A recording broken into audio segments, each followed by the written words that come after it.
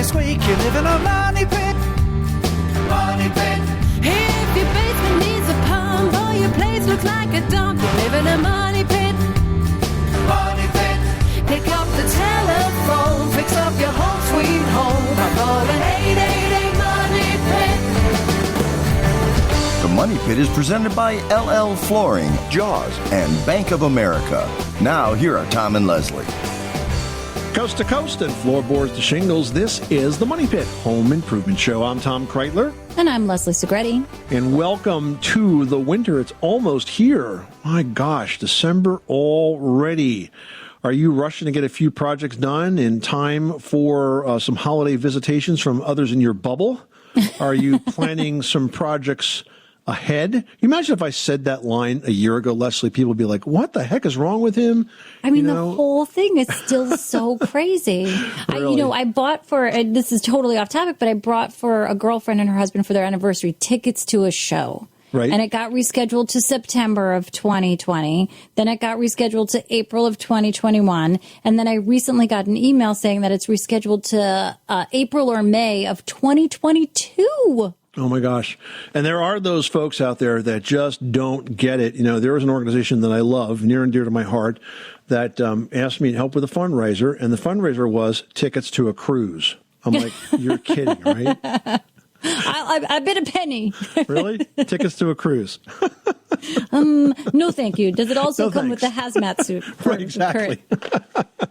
I mean, it's nutty, but it all makes sense. Masks, bubbles, we got to all do it, and we got to do our part. Yeah, and listen, we're going to do our part, try to help you keep up your home, make it comfortable, make it safe, make it a place that you enjoy hanging out, because let's face it, we don't have many other choices these days. So if we can help you with a project, let us know. You can get in touch with us a number of ways. You can call us at 1-888-MONEYPIT. You can post your question at moneypit.com or use our Facebook page at facebook.com/themoneypit. So coming up on today's episode, fall is the flooring season, and with dozens of products and an infinite number of designs, we're going to share some tips and new digital tools to help you find the perfect floor choice for your space. And we're all cleaning and disinfecting more than ever now, and with the holidays coming up, that's only going to get more intense. We're going to share some tips on a really handy disinfectant that cleans, disinfects, and deodorizes in one step, and it's also effective against the COVID-19 virus on hard, non-porous surfaces, so definitely something you want to keep around. And if you're finding you need more storage room in your house, your attic may be a great option, but only if it has a solid floor, something that's tough to do in that space. We're going to share some tips on the best way to add floor space without impacting your home structure or your insulation. And if you guys are in the holiday spirit and ready to take on some decorating or holiday crafts, we've got a chance for you to win the very tools that you're gonna need. Just enter the Holiday Home Decor giveaway today at moneypit.com. Now, it's presented by Arrow Fastener, and they have hooked us up with a dozen sets of tools worth over $125 each to give away. And it includes the P21 new plier stapler, which is really great for closing up holiday gift bags or like those little displays of cookies that you're going to bring to your neighbors safely and slide to the front door.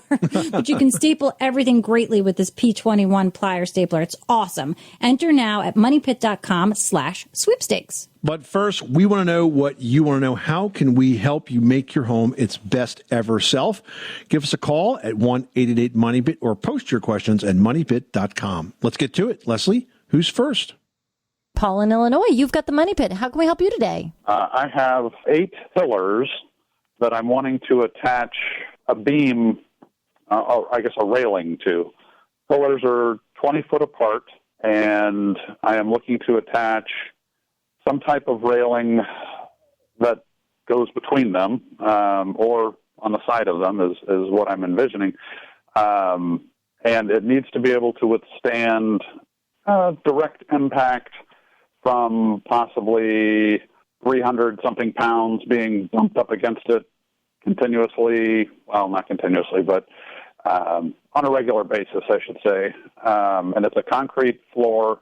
I have a few ideas, but I wanted to talk to some experts to hear your thoughts. This railing, is it protecting like the edge of a porch or loading dock or something like that where people could fall off? Is that why we have it? It's going to be more of a corral. I'm kind of building a corral, yes. A corral. Okay, so it's basically for livestock. It's not to keep somebody from falling over. I need to know because if this is, for people, then we need to make sure we follow the building codes on this. Or if you're just saying that you want to just have this railing to stop 300-pound animals from bumping into it, or what? Give me more information. No, it's for people. Yes. I'm building, I guess, like a play area, an arena per se, and they play bubble soccer inside this area, and they will bounce into it repeatedly. So I need to build something between the pillars to make the area that they can play in. So you need this also to be so that the balls won't go out. You need to have some mass to it. It's not just a railing. It's really a railing and spindles. I was thinking railing and, some 4x4s. I just don't know what span or how far apart I needed to put them. Or all right, well, look, let me just give you the advice as if you're building a standard railing, because it sounds like you got a really unusual situation here. If you got these pilings, as you're describing them, these vertical beams that are 20 feet apart, you're not going to be able to have a complete 20-foot span without having too much wobble and flex. You're going to have something mid-span. If you want to put, say, 4x4s in and have them bolted to the concrete, you have to use an anchor plate, which is basically a piece of steel that's maybe 6 or 7 inches square, where the screws would fit into the wood, and then the overhang, you'd have more screws that would go into the concrete itself. And then what you could do is have a solid railing that connects both the piling and the intermediate posts all the way across with as few seams as possible. Now, if I was building a railing like this, I'd have one up high, one down low. So let's say it was a 3-foot railing. I'd have maybe a 2x6 railing at the top, maybe another piece of 2x6 towards the bottom, and then I'd have balusters in between that might be 2x2s, sort of screwed to the outside of the 6x6. So you had a complete, almost fence-like structure when you were done. This will give you the rigidity that you need to keep people from being able to kind of lean over the railing or push against it. And in your case, it'll also kind of retain whatever's going on with the activity inside that space. Does that make sense? It does, yes. So, that's the kind of thing you need to do. And typically railings are designed, residential railings, if I remember my building code, are designed for 200 pounds in any direction. So you're going to beef it up a little bit further than that. But the thing is, since those pilings are so far apart, you are going to need some sort of intermediate support. So what if I did like steel pipe the length and just attached it on the 20-inch pillars, and then, set another one on the pillar and ran it to the next one? And you could build the whole thing out of steel pipe, but again, it really depends on whether or not you need any mass below the railing itself. If you can have air under the railing, then you probably could build it with steel pipe. Yeah, the railing is just to keep the balls in, and the balls are 5 feet round, so they're big orbs. Basically. Oh, okay. Okay. I'm thinking soccer ball. yeah, and you sit inside it. You're talking about something completely different. You knock people over, and that's the whole fun of it. Steel pipe is somewhat modular, and I guess you could do it with steel pipe. You would just have uprights that would be screwed to the concrete floor and then also into the sides of these pilings. So I think that's probably an option, given your revised description of the need. What do you mean upright? So you would have maybe one piece of steel pipe that would go like a post in the middle of that run. Okay. And you could use pipe fittings to connect to it. Because, again, even if it's steel pipe, I don't think you can go 20 feet without it having too much flex. All right. Awesome. No, I appreciate it. Thank you, guys. Thanks so much for calling us at 888-MONEY PIT. What an unusual project. It's a very specific project he's working on over there. It really is, yeah. Needs a railing to contain balls that are 5 feet in diameter. I wonder what game that is. I don't know. I know they play something at my son's school called Gaga Ball, and they're in a Gaga pit. No one can ever explain it, but it's like anytime there's a block party, people are like, how do we build a Gaga pit? And I'm like, I think everybody's making this up. Like, I'm Maybe, fairly convinced. As they go. Well, it sounds like fun. Good luck. Cindy in Louisiana, you've got the money pit. Tell us all about your roofing problems. We have a camp, and it's a metal building with the pitch on the roof. There's several different layers of the pitch. It goes down, and so let's be like 3 different pitches on it. We had it put in, probably in 07 or 08. And then around 2011, we decided to pull off that plastic wrap insulation off the inside of the roof and spray on the spray insulation on it. And once we did that, that's when we started noticing the leaks.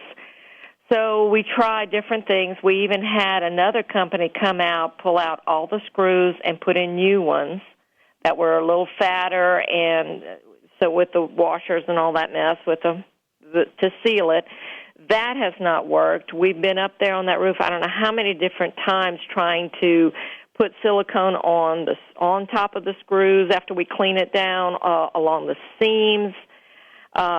Sometimes we've even had to get up there, and he's had to pull out the screw, put silicone in, and put the screw back in. It's just been an absolute nightmare to try. You said these are metal roof panels. Is it like corrugated roof? What kind of metal roof is it? Right, it is. It's like a corrugated roof. So they're big metal panels, right? Right. When you tried to replace these screws, I guess you're essentially taking the panels almost off the roof, right? Because you're removing all the fasteners. Yeah, well, we can't. I mean, with the spray and everything else, I mean, we had even thought about could we, take the roof off and start over. And now with the spray down on it, we can't even do that. Oh, so this spray is actually up on the underside of the metal roof itself? Right. So it's like glued down now. So there was basically no like sheathing or anything underneath this? No. When we started this project, we started it with someone who we didn't know anything, and we thought the person knew everything. And now we know better, but, we messed up, and now we're kind of caught in a bad position. So, yeah, it's not a good situation because it's kind of hard to try to repair something that probably wasn't put in well to begin with. So I have one idea for you, and that is to put another layer of roofing over the roofing that you have now, but put ice and water shield in between the layers. So ice and water shield is very effective at sealing these kinds of leaks that's specifically designed to seal around fasteners. And if it was possible for you to put another layer of metal roofing over this, but put ice and water shield in between, that would definitely stop the leaks from happening. Short of that, I think this is a situation where the roof has to come off, and you really have to do it right from the get-go, because I don't think the roof was just put on, I guess, over some sort of furring strips or something like that. There was never any ice and water shield underneath that. And so I'm not surprised that it does leak, especially from driving rain. I don't think you can rely just on the fasteners or even fasteners that have like rubber gaskets on them to keep that kind of a roof completely leak-free. All right. Well, I tried. Thank you. All right. Good luck with that project. Thanks for calling us at 888-MONEY-PIT, 888-666-3974. I wish we could give everybody a quick fix, but sometime we just can't, especially when you have a roof that's been going so wrong on so many levels for so long. You just can't bring it back. Well, it's never been more important than it is today to make sure that the product you use to clean and disinfect your homes does the job you need it to do. And it's a good time to talk about that, which is why we want to talk to you about the Jaws Disinfectant Cleaner. Yeah, this is a product I have personally used for a number of years now. It's actually a hospital-grade disinfectant that kills 99.9% of viruses and bacteria, and it's even effective against the SARS-CoV-2, that's the COVID-19 virus, when it's applied to hard, non-porous surfaces. So we're talking about cabinets, sealed countertops, appliances, doorknobs, toilets, and it also works well on floors, and it doesn't even dull the high-gloss finish that a floor has. A lot of cleaners do that. So it's kind of our go-to disinfectant cleaner because it handles grease, dirt, grime, fingerprints, food stains, pretty much removes everything that our family can dish out. Yeah, now the product comes as an ultra-concentrated disinfectant cleaner, and it's formulated for use with the Jaws refillable spray bottle. Now, the system is simple to use. You just head to jawscleans.com and you order a starter kit. Now, that's going to come with an empty Jaws bottle sprayer and 2 refill pods. And you simply fill the bottle with water and then insert the disinfectant cleaner pod, and you're going to get a full bottle of cleaner that's going to clean and disinfect in one easy step. So there's really no need to clean first and then disinfect. Yep, and when you're all done, it leaves behind a fresh lemon scent and a beautiful shine. Now is a great time to stock up on the ultra-concentrated refill pods, too, because you'll be set for the entire winter season. And we've got a promo code that's good for a 20% discount. All you need to do is to go to jawscleans.com, enter promo code MONEYPIT, and you'll get a 20% discount now through December 7th. That's jawscleans.com, promo code MONEYPIT for 20% off. Greg from Iowa is on the line, is looking for some home maintenance tips. How can we help you? Bought my new house, new construction, 8 years ago. And I'll be honest, kind of embarrassing, but I've really done zero home maintenance since, other than changing the air filters every once in a while. I've done zero home maintenance things. Well, that's why you bought a new house. Yeah, exactly. But alas, it's time to take on a few projects, huh? What's going on in the house now? No, well, there's nothing wrong. It was just more of general maintenance that needs to happen, and I just don't know what to do. So, general maintenance. So, first of all, when it gets chilly like it is now, it's time for you to do some heating system maintenance. Now, what kind of fuel do you have? You have gas? Natural gas? Yes. So it's important to have your heating system serviced. You've apparently not done that for 8 years. You're well overdue. The reason for that is even though when you turn the heat on, it comes on and provides heat to your house, it could be doing so inefficiently, or at worst, it could be doing so dangerously. So every fall, you need to have your heating system cleaned and serviced to make sure it's running properly. And then in the summer, you'll have your air conditioning system serviced for the same reasons, not so much the danger, but more importantly, the efficiency. So those are two things you should be doing right now. And when your HVAC technician comes, he'll probably also take a look at the water heater because sometimes the burners can get coated with rust because natural gas is very corrosive when it burns. So that's the kind of thing that you probably need to do right away. The other maintenance tasks are really going to depend on, kind of what's going on in the house. If you've got a toilet that leaks or runs all the time, then you could need fill or flush valves. If you've got paint that's cracking or peeling, you could need paint. But the mechanical maintenance, I think, is most important because that's potentially dangerous. Does that make sense? It does. Now, are you seeing anything that you think needs attention? No, nothing much. It's just been, I think we've had a pretty lucky 8 years, and there's been no crises at all. So you better be knocking on a piece of wood right now. Right. So it's time to get it maintained, I suppose, get some maintenance done for the HVAC, yes? Yeah, and what's something you probably don't consider is your dryer vent, the exhaust duct behind your dryer that exits to the outside of your house. A lot of people don't think to clean that because lint does go out there and then get to the outside, and it can get stuck and it can get caught, and you should be cleaning that at least once a year, probably twice a year. So I have to pull out the dryer to do that? Yeah, so you pull the dryer away from the wall. There's a product called, it's a Gardas Lint Eater is one of the ones that we've used, Tom and I, and you actually put it through the exit vent on the exterior of the house, and you sort of twist it through with like a drill driver motor, but you have to be very careful, and there's a certain direction you have to put it in. But it goes through, and the amount of stuff that comes out, I mean, you've never seen so much junk. Well, indeed. Well, thanks a lot for the tips. Anything else that comes up? Anything else you can think of that is, or are those the biggies? There's so much to be done. I think you just need to be aware, but take care of those mechanical things because that's where you can get yourself in trouble, okay? All right, thanks a lot. All right, good luck with that project. Thanks so much for calling us at 888-MONEY-PIT. Well, some of the hardest working and most beautiful surfaces in any home are the floors. And there's no better source for durable and stylish flooring than Lumber Liquidators. Well, now Lumber Liquidators is going forward as LL Flooring. And what's more, the company has added a suite of digital tools and services designed to make the shopping experience better than ever before. That's why we're pleased to welcome the president and CEO, Charles Tyson, to join us now. Welcome, Charles. Hey, Tom and Leslie, thanks very much for inviting me on and letting me spend some time with you and hopefully answering some questions that help your listeners think about how to make their homes absolutely fantastic. So talk to us about how Lumber Liquidators is now LL Flooring and how the company has been working to further improve how people can shop for flooring. Yeah, we've been working on this for a while now. Clearly, as we think about our position in the marketplace as a specialty retailer, we want our brand to be reflective of what we do, which is selling top quality floors, having a really high-touch experience with our fantastic sales associates. We have a very broad assortment. We have over 450 A-quality floors, whether it's wood flooring or vinyl flooring. And we've really expanded our digital tools to help customers through their purchase journey in flooring. And so we really felt that we need a name that is reflective of what we do as a great retailer.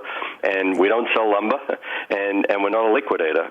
And so we're piloting LL Flooring in around 20 stores this year to really help customers better understand what we do in the marketplace. I mean, there's so much that you guys bring, and I really feel like you're showcasing so much of the latest trends, different colors, different materials. What are you seeing? Because I feel like the flooring industry and the design end of it is just changing so much. What's popular? What's trending right now? What are you seeing? Yeah, that's a great question, Leslie. I think that the flooring business has really evolved, over the last 5 years, where when people were doing a project in the home, they didn't consider flooring because it was too complex. And the technologies, particularly with click mechanisms, is allowing for a much easier installation, which is allowing flooring to be part of that broader home remodeling project with a good value of being able to do the complete job.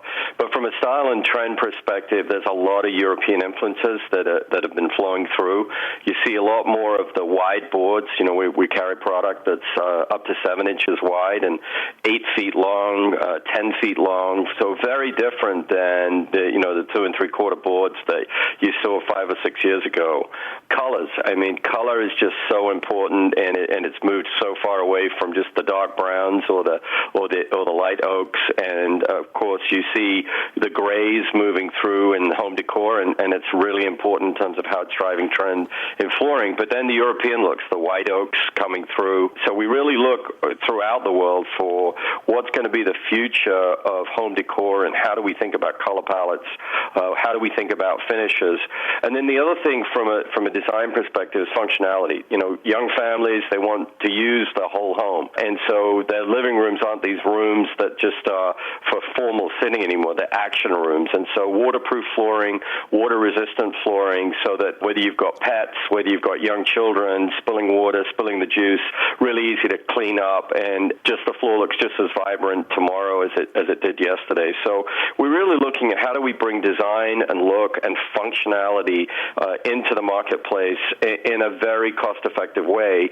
And, we've introduced some new products recently. One's our Bellawood Manhattan Chevron, and it's just a fabulous-looking product, but we designed it in a way that allows people to do really easy installation. If they're a DIY or if they need an install, we can arrange to do installation as well. Charles, I think one of the things that sort of hangs folks up when they're trying to make a decision on a product like flooring is sort of the analysis paralysis with so many choices. You guys have got 400 stores and more across the country. How do you help consumers narrow down what the best flooring application is for their specific use? Yeah, that's a great question, Tom. So if you go out onto LL Flooring, we've created some tools to try and help folks really visualize what it is we do. We have a product called the Floor Finder. It's just a few quick questions, and it will basically help you narrow down onto the type of floors that are likely to be right for you. We then have an item called the Picture It tool, and it's absolutely so much fun. You can take a picture of any room in your home, and you can download any product from our website, and you're actually going to see that floor in the exact room that you want to do. And again, this is new technology. Our average customer downloads multiple floors, so we know that they're trying to figure out exactly what's the right style, what's the right look for them. We offer free samples online. You can go online. You don't have to go to a store, but you can certainly go to a store and pick up samples so that you can come home and lay those samples out. You can look at the Picture It tool, and what we're trying to do is make it really easy for you to make a good decision from a flooring perspective and really understand up front before you make that big investment that the floor is going to turn out the way that you really expect to do from a look and feel perspective.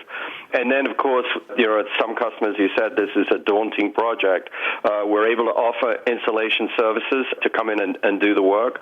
In this COVID environment, if you don't want to go to a store, we can arrange for delivery. And we even have a process now online called virtual sales, where you can actually click a box and do live video with a sales team member in a store, and they'll walk you through all the samples that we have. We can then send the samples to your home. And so particularly for those folks that are at risk in this COVID environment, we've come up with a total end-to-end solution without even having to visit a store. And we're really excited with some of the feedback that we're getting from customers of how helpful they're finding that. And for some, at this difficult time, they want to work on the home, but they also want to protect themselves. I mean, you're really making it super easy for folks to find the right flooring, the most beautiful flooring, the piece that they're going to love. So, kudos to you guys for making it easy in this super weird environment we're all dealing with this year. Yeah, but I don't want to forget the fact that we've got real experts, whether it's in our call center or in our stores. And so if you get stuck with a project, we're going to be there to help you. And you can either call a store, you could go in and visit one of our store flooring specialists. A lot of people will come in with photographs of their flooring project and simple things like underlayment. How is the floor prep ready for the new floor? And our teams are there to help you. Not just we don't want to just sell you a floor. We get so excited when our customers come in at the end of a project and they bring photographs in or they send in photographs of their finished floor, and that's why we're different. We're a retailer that we want to give you tools to make it easy, but if you get stuck, whether it's a pro who needs just that special piece of product to finish a home project, or our installers who are highly qualified to help customers through it, or our in-store or online service personnel, the team that we have, they're flooring experts. That's all we do. We don't sell furniture. We just sell flooring, and we want to make it a great experience for our customers. Well, I've had many personal experiences with the folks in my local Lumber Liquidators, now LL Flooring store, and I got to tell you, they really know their stuff. I've thrown some really difficult questions at them. I have a very old house, over 130 years old. I have a very sloping floor that I wanted to put a floor down, and we had a long, detailed technical discussion about just how to level that floor, how far the floor leveling compound products that you guys offer will go, and I was very impressed by their knowledge, and I've since done 2 projects for family members with your products, and both of them were just absolutely amazing. The before and after transformations came out so well. And, I think folks can be daunted by the process of putting down a floor, but boy, has it gotten a lot easier with the click-lock technology. Charles, the first laminate floor I put down was a tiled floor. It was like 2-foot square tiles. It looked like stone. And it was back in the day when you had to physically glue and clamp every single tile to the next one. And it took me so long, I said to myself, oh my gosh, this laminate floor stuff, it's never going to go anywhere like this, because it just took so long. And then all of a sudden we've got the click lock technology. You're snapping these boards together and you can do a whole room, certainly in just a few hours, even if you don't do it every day.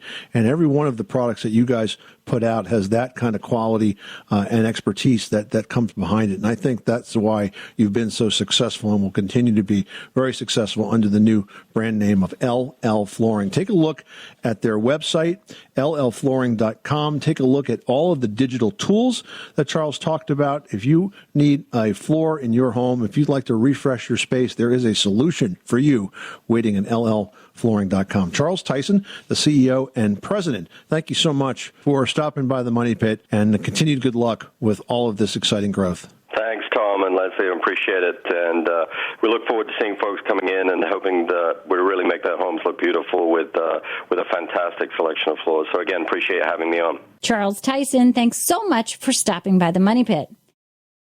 Well, if you'd like to pick up some more storage space, flooring your attic can be a good option, but it needs to be done cautiously, because doing so the wrong way means that you could weaken the structure, squash the insulation, or find yourself with one foot planted firmly through the sheetrock ceiling below and, your foot dangling in whatever bedroom is just underneath it.